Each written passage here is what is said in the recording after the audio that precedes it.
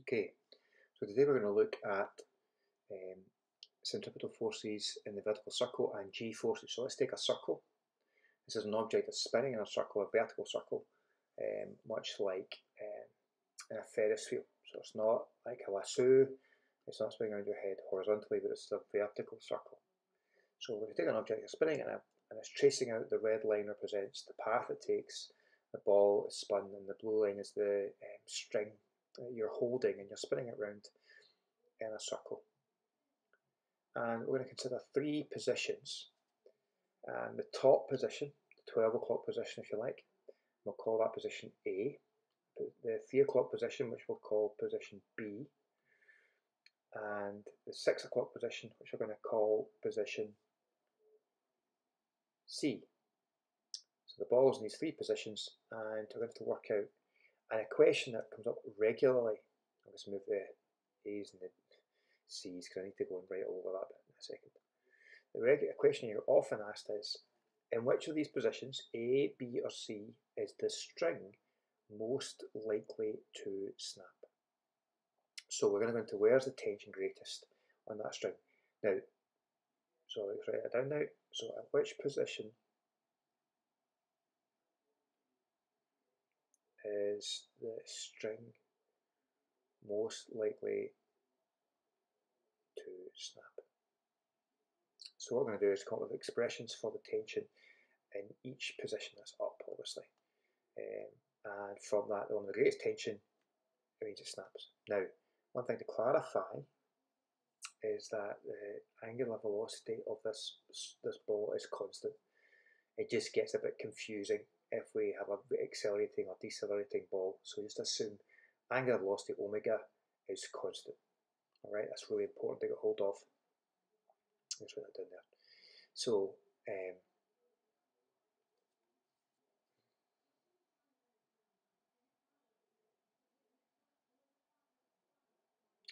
so at position A, the force towards the centre of the circle F cent is provided by two forces. Now the F cent is a product of other forces. The tension and the weight are acting towards the centre. At position A, both weight and tension are acting in the same direction towards the centre of the circle, and they combine to provide the centripetal force.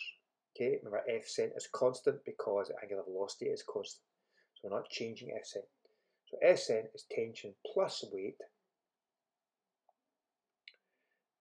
And then, so we just write tension, just move the equation around, tension equals F cent minus weight. So actually at position A, that's where we have the least tension. In fact, if the tension equals the weight, then we end up, that's the least it can, actually the tension can be, well, it still goes in a circle. So F cent equals weight actually. So F cent minus weight is tension. I'm just going to copy this and transfer it to the next page.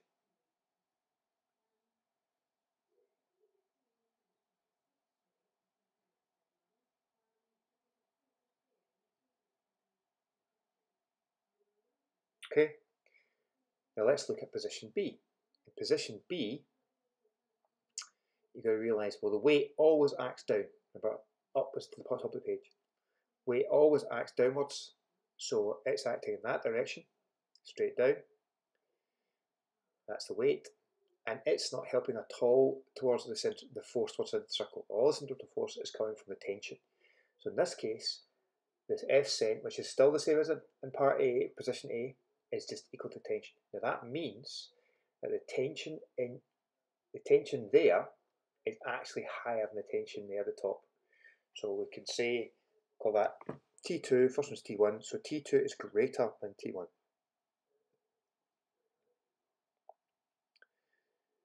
So the tension's increased at position B. Let's look at position C.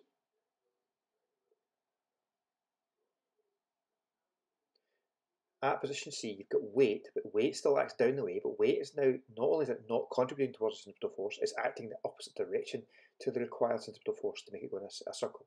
So the tension has to overcome the weight and leave you the centripetal force. So, because we're going in opposite directions, we can say, well, the F cent, the centripetal force, is the difference between tension and weight. So F cent is tension minus weight. And then if you move that around or rotate that formula, you can get tension equals F cent plus weight. So in this position, you can see that T3 is greater than T2 and it's greater than T1. So you get T3 greater than T2 is greater than T1.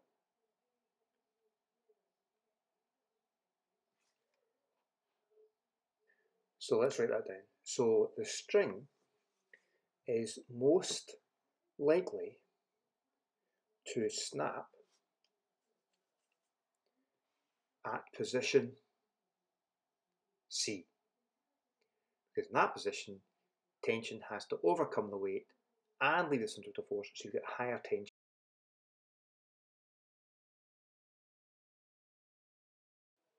So what I'll talk about now is what's called G-forces.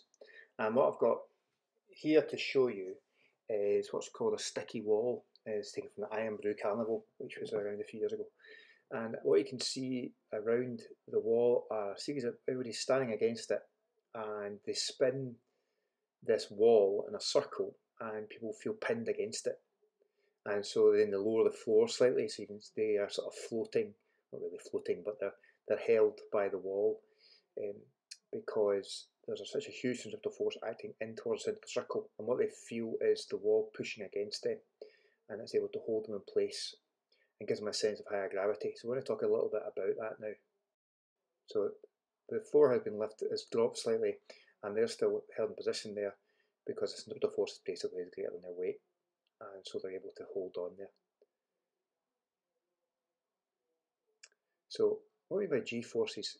G-force of 1G means that their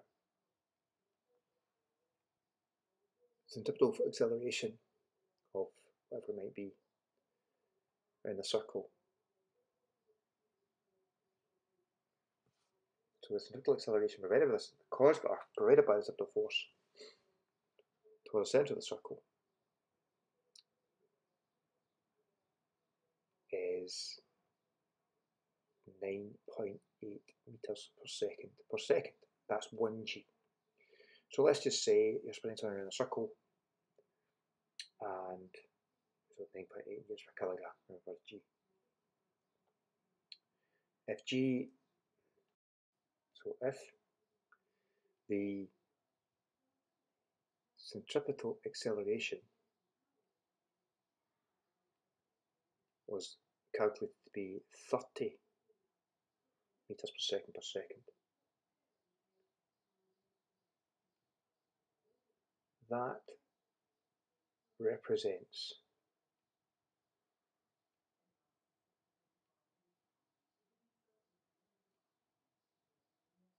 how many G? So we do 30 over 9.8, and that's 3.06 G. So effectively you would feel 3.06 times heavier if you're in that. So you're in and that's nowhere near the Carnival. The sticky ball in the Carnival has roughly about 1.1 G. So if you use 3.06 G, you'd feel very, very heavy. So your weight would feel W times, well, it's not just 3 times, it would be 3.06 times G.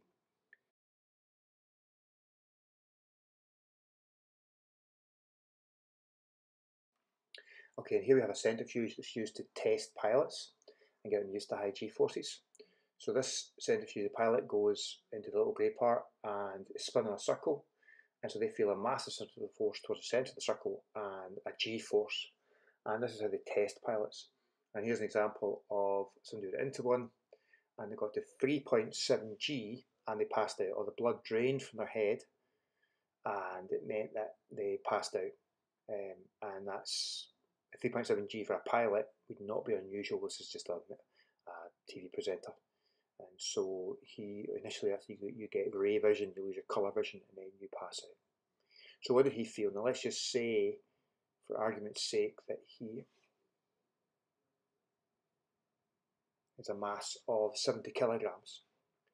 And that would give him a weight at 3g, 3.7g, how heavy would he feel? So you do 70 times 3.7 times 9.8, and you work that through.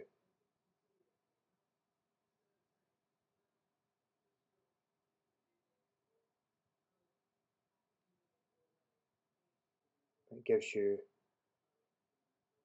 70 times 36.26, which gives you a weight. His weight would go up to, I feel like, 2,536 newtons, which is massive. Now that's feelings like he's actually effectively what it would be like for a man who was a quarter of a ton, and he'd feel that kind of force acting on him and against his chest, and so he would feel very uncomfortable. Couldn't lift his hands at that point. It'd be very difficult to do that. And so that's the force, and you can get apparent gravity effect if you spin something in a spaceship.